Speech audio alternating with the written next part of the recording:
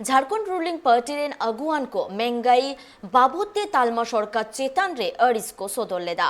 Ranchi JMM party office रे JMM MLA Sudivya Sonu आशावते Congress MLA Irfan Ansari तकिन प्रेस कॉन्फ्रेंस लेदाकिन जहारे किन लेया कदा जे तालमा सरकार नोटिस और रेड कातेगे होड़ अडिगान एटकेटोरे खोन ध्यान भटकाव होचोरे ना एक कुरुमुटुयेदा।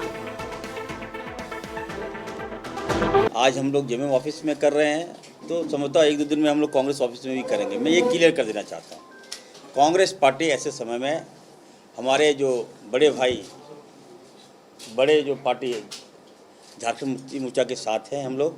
और मैं कहना चाहता हूँ, भाजपा जो सपना देख रही है, सपना देखना छोड़ दीजिए। इलेक्शन कमीशन के बहाने इनको लगता है कि हम सत्ता में चले आएंगे, तो ये भी कहना चाहता हूँ कि आप सपना देखना छोड़ दीजिए। इलेक्शन कमीशन अपना काम करेगा, नोटिस हुआ है, नोटिस का जवाब दिया जाएगा। लेकिन जिस तरह से माहौल क्रिएट किया जा रहा है झारखंड में, ये अच्छी बात नहीं है।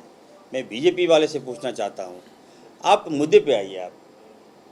आप कभी आयोग को, कभी ईडी को, कभी सीबीआई को, अरे कौन है आप?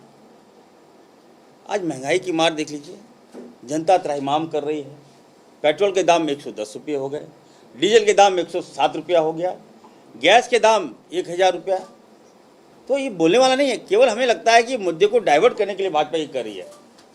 हेमंत सोरेन जी की सरकार 5 साल नहीं, मैंने पहले भी कहा कि 25 साल तक यहाँ काम करेगी। हमारा बड़ा स्पष्ट मानना है कि भारतीय जनता पार्टी जनता के बुनियादी सवालों से जनता का ध्यान हटाने के लिए इस तरीके के मुद्दों को प्रोवोक करती है, इस तरीके के मुद्दों को सामने में लाती है कि जनता अपने बुनियादी सवालों को भूलकर दूसरी चीज़ों में उलझी रहे।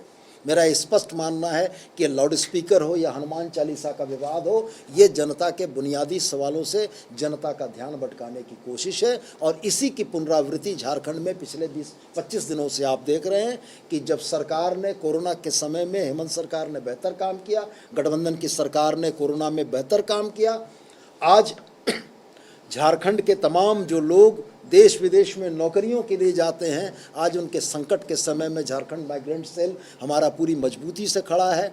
हमारे गठबंधन के साथी सत्यानंद भोक्ता जी के नेतृत्व में हर परिस्थिति में श्रमिकों को, कामगारों को मदद पहुंचाने का प्रयास हो रहा है। तो भारतीय जनता पार्टी हमारे इन प्रयासों को पलीता लगाने का काम कर रही है। वह प्रयास कर रही है कि सरकार को इतना विचलित किया जाए, सरकार को इतना डिस्टर्ब किया जाए कि सरकार जनहितकारी, लोकहितकारी योजनाओं की तरफ ध्यान न दे सके और झारखंड की जनता के साथ ये पुनः अन्याय हो। हम ये स्पष्ट कहते हैं कि पिछले 20-22 वर्षों में सर्वाधिक शासनकाल भारतीय जनता पार्टी का रहा है। और अगर आज झारखंड बुनियादी सुविधाओं के लिए त्रस्त है तो इसकी सबसे बड़ी जवाबदेही भारतीय जनता पार्टी को है।